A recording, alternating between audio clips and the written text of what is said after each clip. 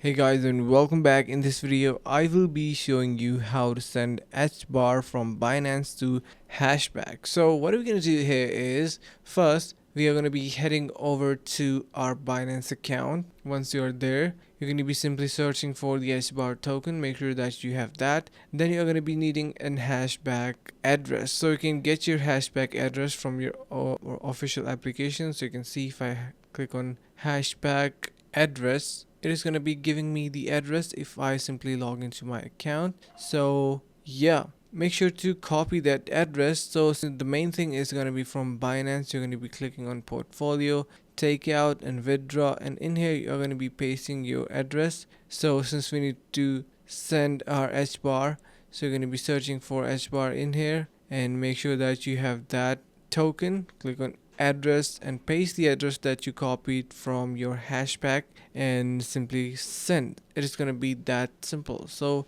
make sure to keep the network fees in your mind, and I hope this is going to be helping you guys out. If it does, consider subscribing to our channel, like the video, and share with your friends.